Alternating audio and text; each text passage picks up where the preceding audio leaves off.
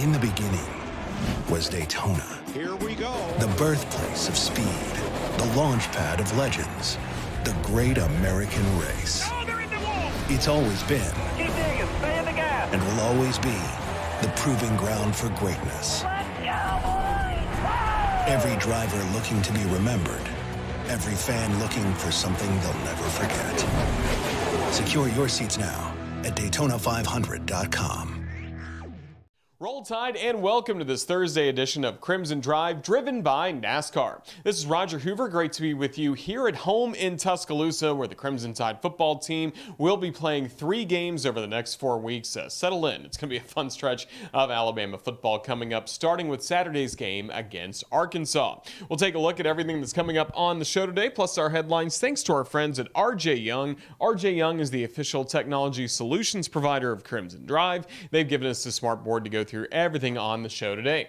First things first, once again, a one-on-one conversation with Jalen Milroe, the Crimson Tide quarterback. Strong performance against Texas A&M. He'll look ahead to the Razorbacks in a one-on-one conversation. Then we'll also be speaking one-on-one with Nick Dunlap for the big picture, as we finally get a chance to really break down what's been a remarkable year for the sophomore golfer at Alabama, the U.S. Amateur champion, part of the winning Walker Cup team. He shot a 60 a few weeks ago. Nick Dunlap, one of the best golfers in the country right now. So a great conversation with him, and then we'll be hearing from the head coach of the Crimson Tide, Nick Saban, with Coach's Checklist, featuring a lecture on nothing at the very beginning. You'll have to stay tuned for that one. Then we'll be talking with Eli Gold for our Hey Coach preview, as he'll look ahead to not only tonight's edition of Hey Coach and the Nick Saban Show, but also some thoughts on Crimson Tide football leading into the Arkansas game. And speaking of the Razorbacks, how about the voice of the Razorbacks? Chuck Barrett. He'll be along to give us a detailed scouting report as well on Arkansas as we get set for Alabama against the Razorbacks this week.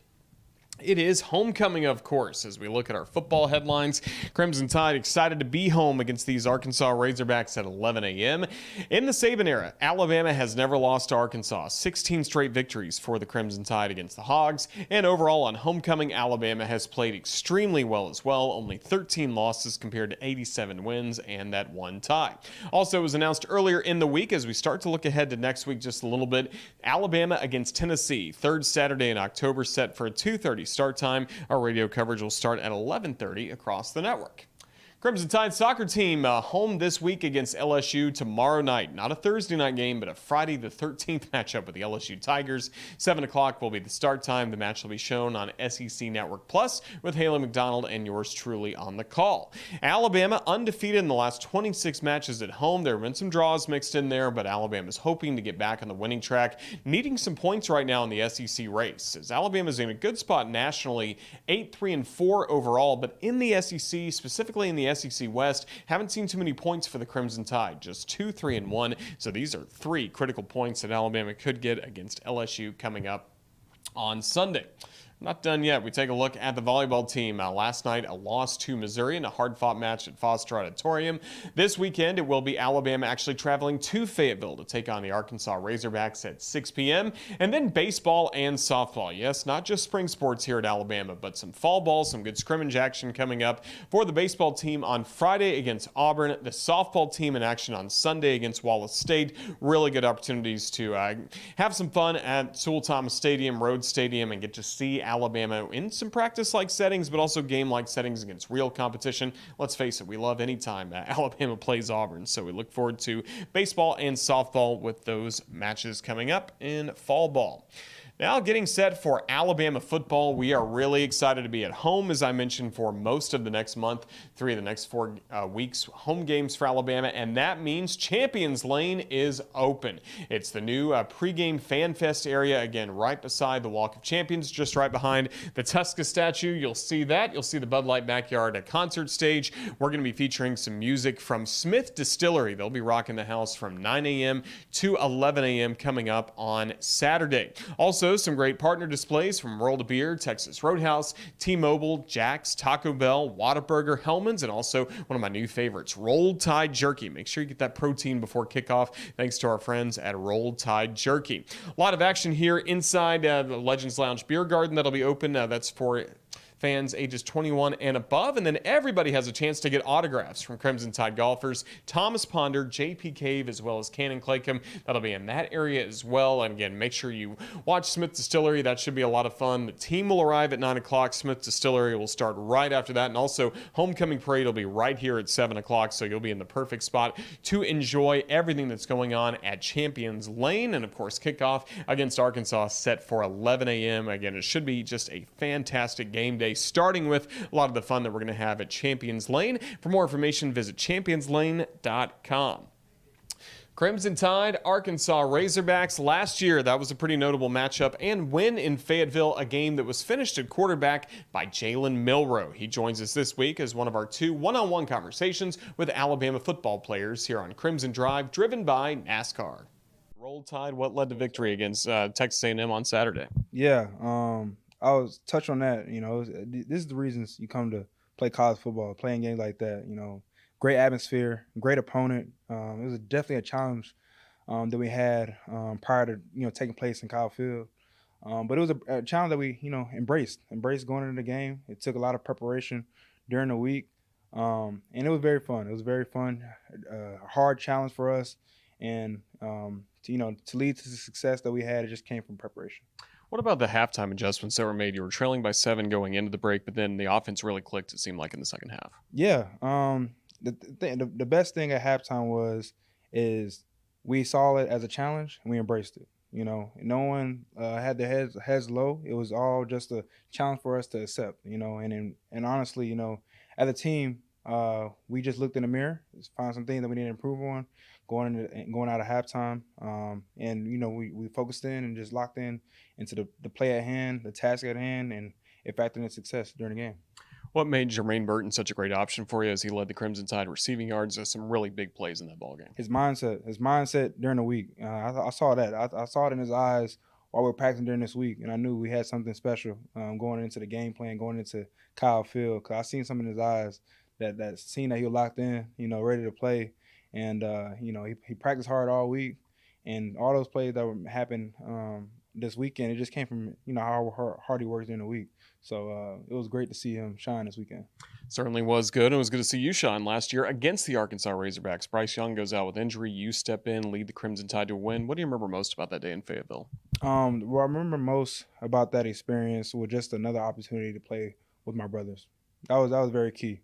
Just to have an opportunity, just to play, just to take a snap. It's a blessing just to have a snap, but also what factored into anything was just how well Bryce Young was with me. His communication with me during the game, the moment we had during the game was all key to anything, And with the great leader that Bryce is, he allowed me to play freely. He gave me some advice, touching the field. I had a lot of support system around me during that game for my first SC snap, and I can't cater everything to me. It's all the guys around me that allow me to thrive. Speaking of Bryce, have you leaned on him this year or any other Alabama alums who are playing at the next level? Yeah, there's a lot of guys, a lot of resources that I have because the biggest thing with anything is just experience. Experience allows, I think, is the best teacher for anything. And there's a lot of guys that have experience, wearing the A and also experience in the next level. And Bryce is one of them. Great dude. That's my brother forever. We have a great connection, and then we speak, and then he has great knowledge of the game. So I try to be a sponge as much as possible and learn from him. Absolutely. Well, now the Crimson Tide back at home at Bryant-Denny Stadium for the next 3 games. We know it starts with a really good challenge on Saturday against Arkansas. Just how excited are you to be back? Yeah, I love our fans. I love our fan base. I love playing in Bryant-Denny. So just to have another opportunity to play in front of our great fans is a blessing, and I can't wait. We look forward to it. Jalen Milroe, thank you for joining us. Roll Tide. Roll Tide. Crimson Drive is driven by NASCAR, and the NASCAR regular season will kick off with the Daytona 500. From the sandy beaches of Daytona to the high banks of one of the most exciting super speedways on the NASCAR circuit, don't miss out on experiencing the Daytona 500 on February 18th, 2024. More than 100,000 fans will be cheering on the stars of NASCAR. Purchase your tickets today at Daytona500.com and join them for the best atmosphere in sports. Thank you to Jalen Milroe for joining us this week here on Crimson Drive, driven by NASCAR. If you missed it earlier in the week, we also had a one-on-one conversation with Justin Boygby that's archived in Tuesday's edition of Crimson Drive, plus as well on our CTSN YouTube channel and the Alabama Insider podcast. Over the summer, we talked a lot about one golfer in particular for the University of Alabama, and that is Nick Dunlap. He had a tremendous year winning the U.S. Amateur Championship. He also years ago won the U.S. Junior Championship in the United States, so he and Tiger Woods are the only golfers to have that distinction. He then went to the Walker Cup and won with Team USA in Scotland. Just a remarkable year. He's even playing really well this fall, as you'll hear coming up for the University of Alabama. So Nick Dunlap has really been the talk of the collegiate golf world, and he joins us this week on Crimson Drive, driven by NASCAR. This is Roger Hoover, now pleased to be joined by Alabama golfer Nick Dunlap, the U.S. Amateur Champion here in 2023, part of the winning Walker Cup team. Just out of 60 a couple weeks ago. I mean, what am I leaving out at this point? No, it's been a little bit of a whirlwind, but I'm happy to be here, and I appreciate you having me.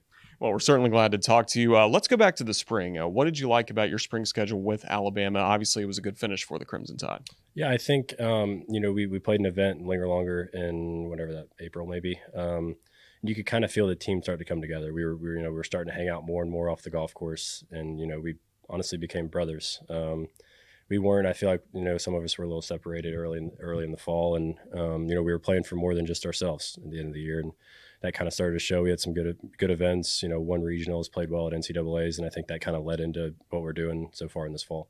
Yeah, and then in the summer for you, started to rack up some victories, and then got to go to the U.S. Amateur. Eventually won at Cherry Hills. What led to success for you in that tournament? It was a little odd, actually. I think it goes back to the U.S. Open. I didn't play well there, but I was playing well leading up to it. And actually, I wasn't going to go play the Northeast or the North-South. And it was something that I thought I needed to get better at. I was playing week to week to week, on the PGA Tour and whatever that is. You're playing week to week, 4, 5, 6 weeks in a row. I'm like, I need to get used to doing this, traveling to different states and learn how to do that. And kind of got some confidence off those two events and playing the USAM. It's the longest week of the year. You're playing 7-8 days. But no, I had a lot of support and a lot of help, from my teammates, my caddy. And just from that support system, I believed I could do it.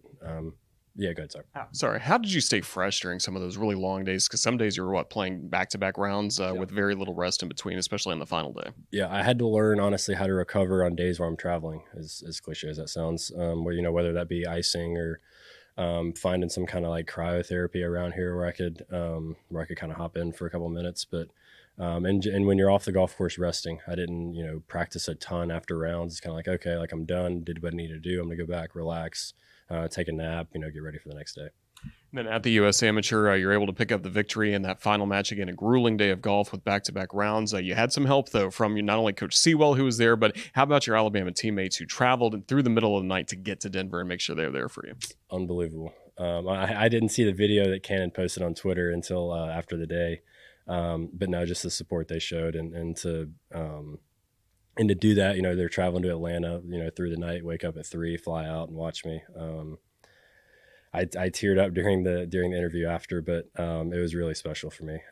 Just kind of the support they showed, and yeah, I'm pumped to play with them. But also, shout out to Clark. Not a lot of people know this, but I was actually at Dave & Buster's the night before the semifinals, and I pulled my shoulder at throwing like a dodgeball game, and Clark had me kind of set up to some stuff on my shoulder and had me perfectly fine the next day. I'm ready to roll.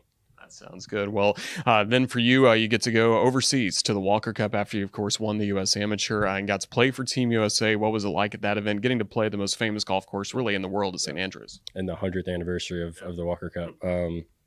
It was something, honestly, the USAM was circled, but the Walker Cup was the big one for me, representing the USA. And having, staying on the first tee, having my name announced as that is gives me chill bumps still, still to this day. But, they say you're part of something really special when that happens. And, with the green jackets they give you. And for me, it was just representing, your family, your friends back home. You're representing the whole country, and a lot of people are watching and supporting us. And, to come back the last day and to come out on top was pretty special. Pretty special for you as well. You get to continue competing with Gordon Sargent, whether it's in Alabama against Vanderbilt, some individual events, but you got to be a teammate with him at the Walker Cup. What was that like? He's pretty good. No, he's, you play, I've played alternate shot and with teammates before, and I left him in some pretty crappy spots, and to see how he got out of it, and he was number one player in the world. He's obviously his accomplishments stand for himself, but to kind of see him do that, and I'd put him in a bad spot and he'd get out of it perfectly fine. I'm like, man, that's it's a lot of fun. I don't have to hit great shots, and he's doing a lot of stuff for me. But no, just for it's a small world too. Birmingham guys and Alabama guys to go out there and represent your country side by side, to be teammates, was I think something that we both wanted to happen, but for that actually to happen and to go out first and to get that point was pretty cool. So with all of that, still competing for the University of Alabama, the Hamptons Intercollegiate a couple weeks ago, you shoot a 60. Alabama ends up winning the event. What led to success there? It's weird, actually. So Coach Sewell, I think he walked with me like a half of a round last year. I kind of walked with our old assistant, Hunter Hemrick, a lot, majority of the spring. It was after the first round. I was like, man, my energy was down. I'm like, I need somebody like Coach Sewell, come walk with me the second round. And kind of one thing led to another. It was one of those days, all of our numbers added up. We were both reading the greens really, really similar, and shot 60. So it was the first round. Coach Sewell walked with me fully that I did that. And honestly, I told him after, I wouldn't have wanted, just from the past with Coach Sewell, and I wouldn't want anybody else to walk with me. It was a special round for myself and for him, I believe, and to do that next to him was really cool. Best round in Alabama history, tied the NCAA best round ever. Really great to see. You talked about your current teammates. How about Alabama golfers who are alums? We just saw Wilson Furr. He's going up to the PGA Tour. Obviously, Lee Hodges has won this year. Justin Thomas had a great Ryder Cup. How have you leaned on those guys? You got Trey as well. No, it's really cool to see somebody. I know Wilson a little bit personally. I've played a lot of golf with him. Just to see the work he's put in and to represent Alabama the way he has and to accomplish his dream and get on the PGA Tour is really, really cool. And it's something that Coach Sewell preaches a lot. It's like, man, it can all come down to one shot. Every shot matters. And to see that happen out on the last hole and make that 4-footer to get his card, it was really cool. And obviously the emotion he showed after. And it's cool to see somebody that like that on some of the biggest stages in golf, like JT or whoever that may be, to accomplish their dreams and their goals is really, really cool. With all the success you've had this year, has it kind of opened some doors for you in the golf world? Anybody you've met that you were kind of a fanboy to meet for the first time or gets pick their brain? I haven't spent a ton of time around Justin Thomas, and he's been really nice and reached out to me. He's helped me a little bit with some of the stuff that's been going on. Obviously, if there's one guy that knows about social media and the press, it's him. He's had to deal with it a lot, but he's given me a lot of tips and some stuff I can work on to kind of get my mind off that when I am playing and competing.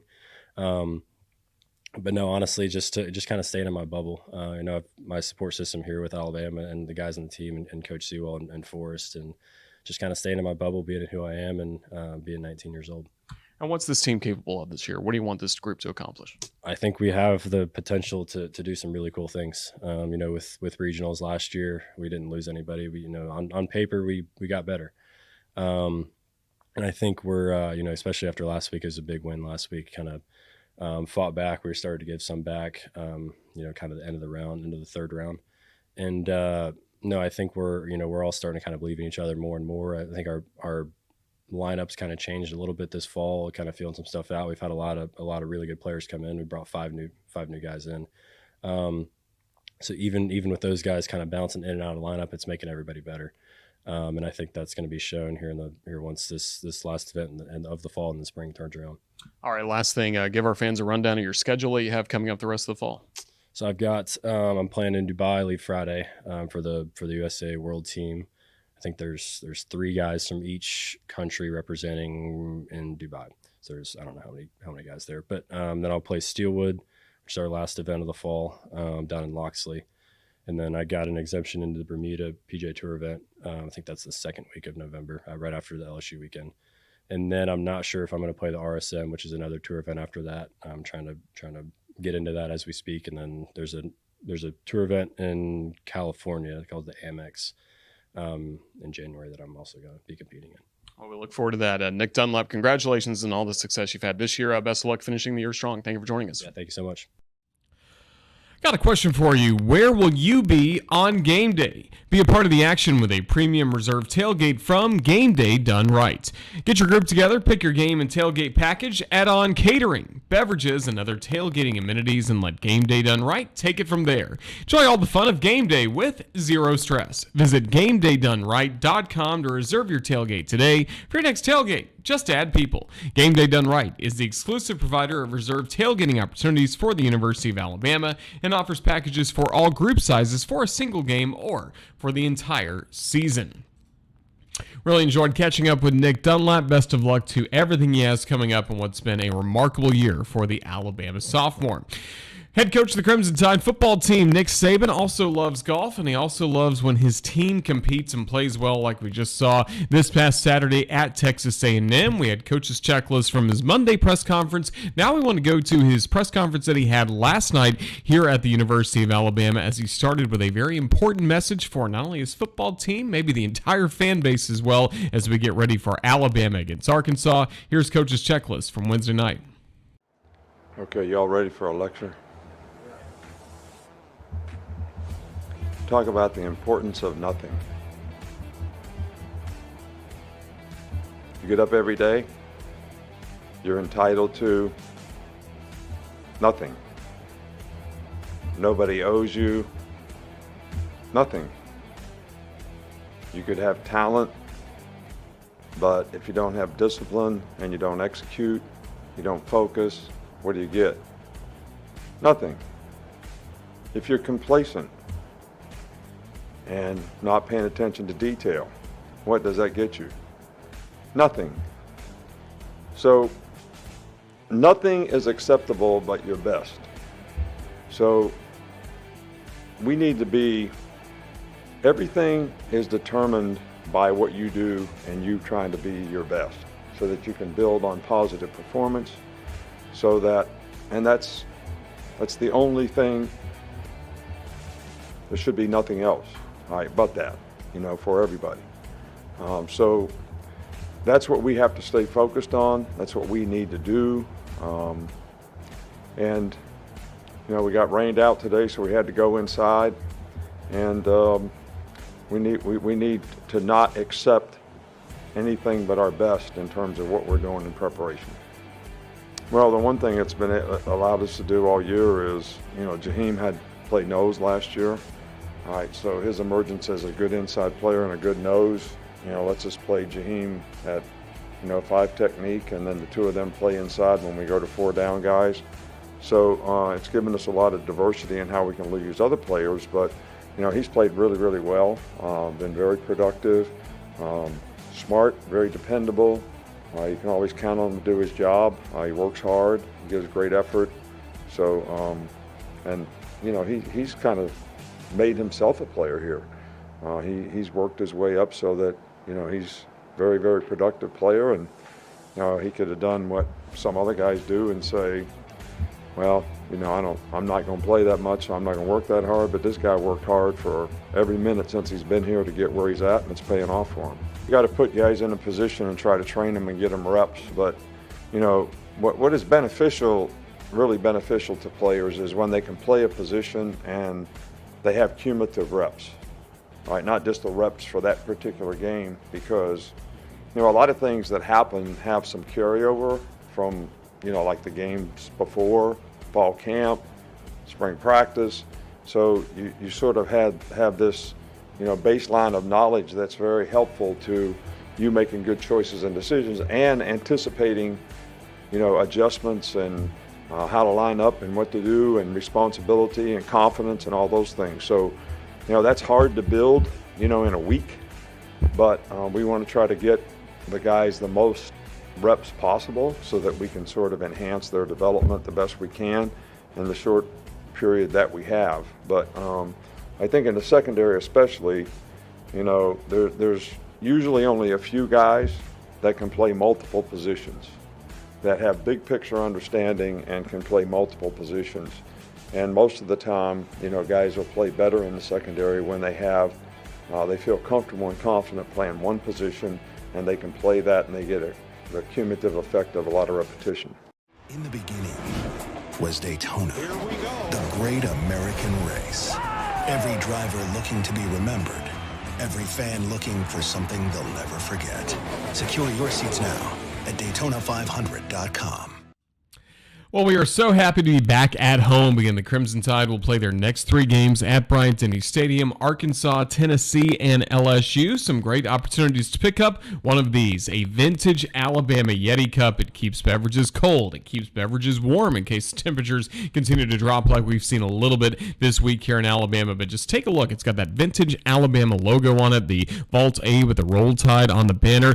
And again, free non-alcoholic drink of your choice when you purchase one of these limited edition Bama Yeti Cups. Again, only available at Bryant-Denny Stadium. You can elevate your game day with Yeti. Again, check them out at merchandise stands all throughout the stadium. In stadium, again, purchase of the cup will include a coupon that can be redeemed for a non-alcoholic drink of your choice at the concession stands. Cups will not be available at concession stands this week, but again, merchandise stands there, and also for sale at the Legends Lounge inside Champions Lane and the merchandise store at the northwest corner of the stadium. Again, a great option for fans who want to maybe take these back to their vehicle. Make sure you pick one up outside the stadium as well as inside the stadium at our merchandise stands. Again, I've kept this with me in the booth for each and every game that we've had at home this season, and a great collectible, great Christmas gift. Hey, it's October. Some people, like my mom, start shopping right now for Christmas gifts, so maybe a Bama Yeti would be the perfect way to do that coming up. Again, we are getting excited for what's coming up for the Crimson Tide this Saturday against the Arkansas Razorbacks, and back on the play-by-play microphone will be Eli Gold. He's also getting set for tonight's edition of Hey Coach and the Nick Saban Show. It's time for our weekly visit with Eli Gold. Eli, Roll Tide, it's shaping up to be a very fun weekend here in T-Town. It always is. Homecoming is always a great weekend. It's been a while since we've had a homecoming at 11 o'clock in the morning, the kickoff. So that's going to shuffle some people's schedules a bit. But I'll tell you, the parade on Saturday, even though it's going to start at 7 o'clock in the morning, it's worth getting up and seeing it. If you've never done so, you need to get up and enjoy it. And you can sleep on Sunday. Absolutely. Or after the game on Saturday, whatever suits you best. That's certainly going to be the plan for us as we get ready for Alabama to finally be back at home. 2 straight weeks for the Tide on the road against Mississippi State and Texas A&M, and it was a pretty interesting game in Texas A&M. Crimson Tide down by 7 at halftime, but Eli, what a job Coach Saban and the Crimson Tide coaching staff did, helping the players make adjustments at halftime to see a very strong second half. And I don't know if anybody does it any better than Nick Saban and his assistants. The halftime adjustments over the years have just been very, very impressive. And, this was no exception. So, yeah, it's, you got to do that. That's why, that's why the team is leading the SEC West. That's why they're undefeated in conference play. It doesn't just happen automatically. So, yeah, it was a good performance. And, all in all, I thought everybody played pretty well. And, we'll wait and see exactly when Saturday gets here, how the injured are doing. As the coach mentioned, I guess it was on Wednesday, that, everybody who was banged up is going to be a game time decision. So we'll find out come Saturday morning exactly who's who and who's where and what's what. But otherwise, yeah, we're doing okay. And I think this is a weekend where, the Razorbacks, although they're always dangerous, they just have not been playing well. And this should be a game that Alabama takes, particularly at home. Were you encouraged that we see 2 wide receivers really step up in a big way for the Crimson Tide, and Jermaine Burton, who had 9 catches, nearly 200 yards, couple of scores, and also Isaiah Bond had that touchdown, 7 catches as well. We kind of been looking at players to emerge there, and we saw that in Bryan College Station. Yeah, they jumped out, and they sure did. And that's not a surprise. I think we all were waiting for it to happen. We all knew how good Burton had done at Georgia. We had seen that kind of talent from these guys. So, yeah, it was nice to see. And, the team realized it. And obviously, Jalen Milroe is comfortable throwing to both of them. So, it was nice. And it was a solid performance. It was a good, solid performance when the team needed one. We've talked before about Will Reichard and so many of the clutch field goals he's made for the Crimson Tide throughout the years, but we got to see his versatility punting for the first time since he was a freshman. I know you had to be impressed by what he was able to do and how he helped out the Crimson Tide at a time they really needed it with Burnip's injury. Yeah, the guy's really good. We all know that, but when Burnip went down, it was, Burnip was able to come back and hold, but he was not able to use his leg as he would do so as a punter. What I found interesting, and going back over the numbers yesterday, was the fact that, we're looking at closing in on all-time scoring lead in the Southeastern Conference's history. Not just the University of Alabama, but Reichard is closing in on the all-time scoring lead in the SEC. Wouldn't that be a neat honor for that young man? It sure would. Certainly would. I'll be tracking those numbers during the next few games to help make sure you have the right info for when that moment happens. Because again, me and numbers, we don't get along real well. So yes, I'll be leaning on you for that help. That sounds good. Well, you don't need any help on Thursday nights. Baumhauer's Victory Grill, always a fun time with Hey Coach and the Nick Saban Show. What's coming up on the show later this evening?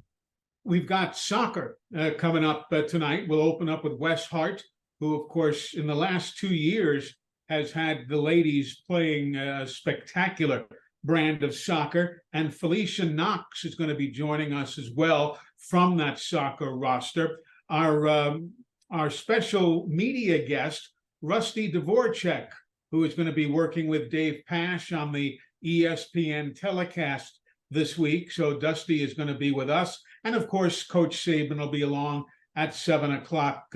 Might as well, the show's named after him. So he's always welcome to join us. But yeah, it's going to be a lot of fun. That's 6:30 until 8 o'clock. And we hope you can make your plans to tune in. Well, Eli, we look forward to it. Plus the ball game coming up on Saturday, homecoming between Alabama and Arkansas. Again, should be a lot of fun in Tuscaloosa. Just thank you so much for your time, sir, and roll Tide. Always a pleasure, Roger. And by the way, whoever picked out your shirt today did a heck of a job. I really like it. Bobsey twins today. I love it. Thank you, Eli. See ya. Crimson Drive is driven by NASCAR, and don't miss out on your chance to experience the energy and excitement of the Daytona 500 on February 18th, 2024. Get your tickets today for the Great American Race at Daytona500.com. Eli Gold, of course, calling the game for us on Saturday, and then right next door in the other booth, it'll be Chuck Barrett for the Arkansas Razorbacks. And now it's time to get a full scouting report on Arkansas, Alabama's next opponent, a team that's trying to bounce back in Arkansas, having lost 4 games in a row. More on the Razorbacks here with Chuck Barrett. Chuck, it's great to see you again. It's going to be an early start on Saturday, but we know the Tide and the Razorbacks are excited to meet on the gridiron once again. How's everything going? Well, it's going well, Roger. I hope it's going well for you too. Sounds like Alabama's playing better now, and just in time for the Razorbacks to come to town. So we're looking forward to coming. I always enjoy coming to Bryant-Denny Stadium. Always enjoy coming to Will headquarters in Birmingham, and then bus over Saturday morning early. Well, we'll look forward to seeing you. And let's talk about this Razorbacks team. Started the year with a couple of wins against Western Carolina and Kent State. Then you had a pivotal Week 3 game against BYU, and that started what has turned out to be a 4-game losing streak. Just what have you seen out of this team over the last few weeks, kind of starting with that BYU game? Well, I think the BYU game, very honestly, Roger's the one that still kind of sticks in people's craw. The Razorbacks had chances to beat both LSU and Ole Miss. I mean, they were right there at the end. Didn't play so well against A&M, but had chances against LSU and Ole Miss, kind of shot themselves in the foot and missed out on perhaps at least a win or two. So I do think it's the BYU game that kind of set the tone, and they just need to find a way to win a game. The good news is the schedule flips after this week, and they've got 4 of their last 5 at home. But, we knew this was going to be a tough 4-game stretch, and it's turned out to be just that. Absolutely. And again, playing close in all of these games over the past few weeks, including against Ole Miss, it seems like the defense did a pretty good job shutting down a good Rebel passing attack. The defense played really well. They had a good game plan. And, Ole Miss's offense is pretty good. And, to hold them the way they did, at least for 3 quarters, I thought was impressive. Ole Miss's offense took control in the fourth quarter. They kept the ball for about 10 minutes and, really did some things up front that kind of, put the game away for them. But Arkansas's defense has gotten better. They're struggling on offense right now. And the defense has got to keep them in games. I don't know that the defense can necessarily win them games, but it's got to keep them in games. And they've forced some turnovers, and they've done some things like that, and they're going to have to do that, I think, for Arkansas to stay in the games. Who are some of the key playmakers on the defensive side of the ball? We got used to seeing Bumper Pool for so many years, kind of leading the way there, but who's kind of taken over this year? Jaheim Thomas has really been a really good find out of the transfer portal. He transferred from Cincinnati, and he's the leading tackler, number 28. He's the leading tackler by a long shot, quite honestly. They've been able to rotate up front. Trajan Jeffcoat transferred from Mizzou, and he's been a big help. And they've got some veterans up front. They've been able to legitimately rotate there and, not really have much of a drop-off. They got a couple of transfers out of the portal in the secondary. But, for the most part, defensively, they've been solid. Not spectacular. They've bent some. They've not broken a lot. But right now, Arkansas tends to be 2 or 3 plays, 1 or 2 penalties. A mistake at an inopportune time. Those are the things that have kind of doomed them right now. Then looking to the offensive side of the ball, we've seen KJ Jefferson the last couple of years put up really good performances against Alabama. How would you describe the season that he's having at quarterback? Well, he's having a good year. I don't think that he's having a spectacular year. I think he's pressing a little bit. There's some issues up front. There have been some injuries. Rocket Sanders was a 1,400-yard rusher a year ago, and he's been hurt the entire first half of the season. And so the offense has been different. It's not put as many points on the board. I think there have been times when KJ's, tried to be Superman because that's what the situation required. They ran him 17 times against Ole Miss, and, he threw a pretty good number of passes too. So as he goes is kind of how the offense goes. Unfortunately for him right now, there have been 20 sacks in the last 4 games. And so there's not been a lot of protection there. He's been hit a lot. And I think he's probably frustrated in that respect. He does enjoy playing Alabama. He has. And lots of guys do. I mean, if you're a competitor, you get up to play Alabama. You do. So I'll be surprised if he doesn't compete in his usual way. He's going to have to play a great game for Arkansas to have a chance. What can you tell us about his supporting cast, and what's the status right now, Rocket Sanders at running back?